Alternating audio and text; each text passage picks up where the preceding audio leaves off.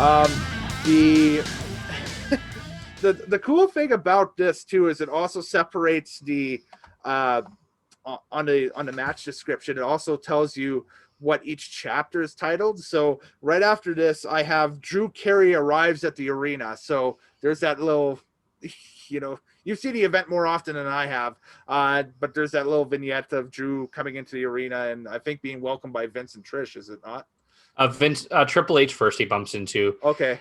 And then Tripp's like, what are you doing here? And he's like, oh, I was just hanging out promoting my pay-per-view. That's next weekend, because he's there to promote some improv comedy pay-per-view that he launched. And he makes some jokes about old wrestlers like, oh, I just ran into like Kamal at the airport. Triple H is like, yeah, whatever.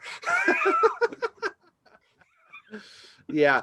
Improv was huge in 2001. At this time, it would be huge throughout the entire year of 2001, thanks to basically, Drew Carey, Ryan Stiles, Wayne Brady, Colin Mockery, that core four for Whose Line Is It Anyway, which was the American version of it. It was the American version of the British. It started to be a game. It started out as a game show. It ended up just being a improv comedy series of just exploiting feeder sports and bringing it out to the main public. So that was, that time and place. And God, I remember, I think it was on here every Wednesday night or so on like several stations. You could have like a 2-hour block if you timed it correctly of Whose Line Is It Anyway. And it was different episodes if you just paid attention to what was on your TV guide. So it was one of the hottest things on TV at the time. It was ABC's flagship. Yeah, it was on ABC. Yeah, that's right. So there we go. And so this pay-per-view, probably something similar to that. I would imagine you could probably find that on YouTube if you searched hard enough, the actual pay-per-view broadcast, if you wanted to see the results of that one. But there we go. Number 5, Drew freaking Carey. Moorhouse, explain, please. That'll put butts in seats. Drew Carey has 0 chance of winning the Rumble. Well, no shit.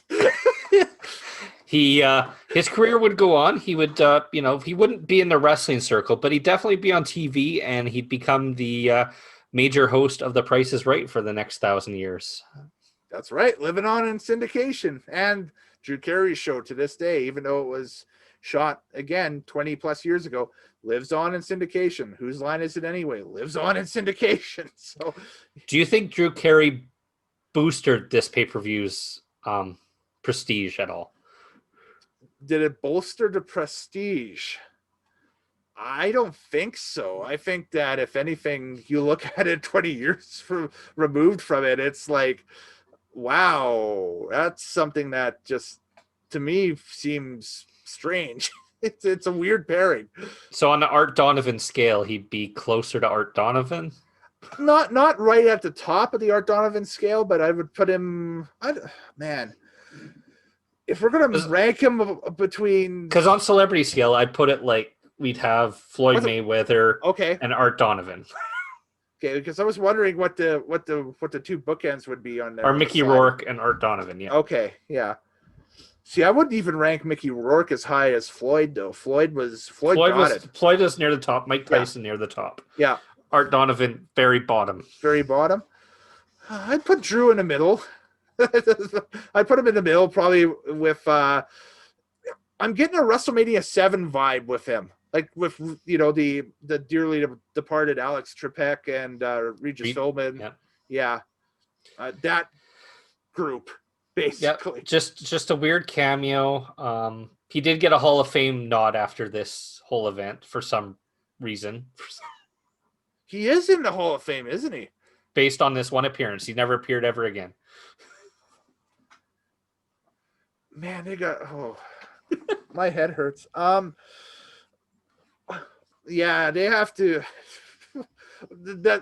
I just brainstormed another podcast that you and I are going to have to do here, Moorhouse, getting closer to WrestleMania, about the WWE Hall of Fame and what we would do to change the entrance requirements of the Hall of Fame, because that is, I could see somebody like nowadays, like a Pat McAfee or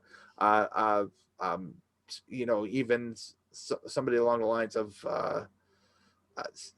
like a Pete Rose that made several appearances at WWE events over and over again. Arnold again as well.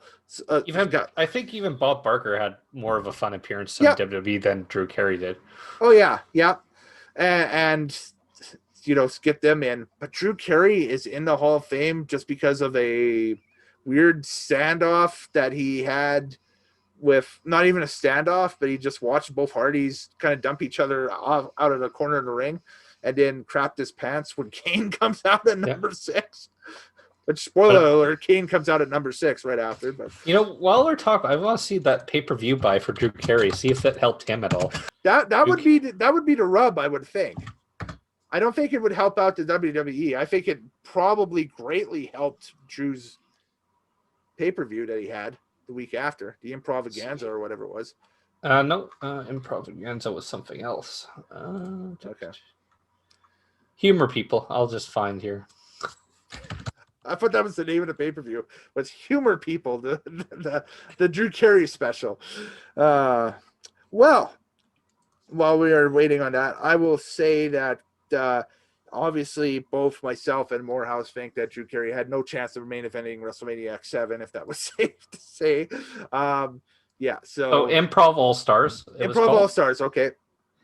And it grossed, where was it here? 957,000. So it wasn't or 48,000 buys. 48,000 buys for a total of $957,000 is what you're saying? Yeah. Okay, so just doing the math quickly on that. And Rumble had 2.3 million coming. I just want to see here as I dial up calculator. I want to see what the asking price was for the pay-per-view. $20 for Drew, so $19.99, something like that. Okay. Yeah, it was $19.95. $19.95. Okay. All right.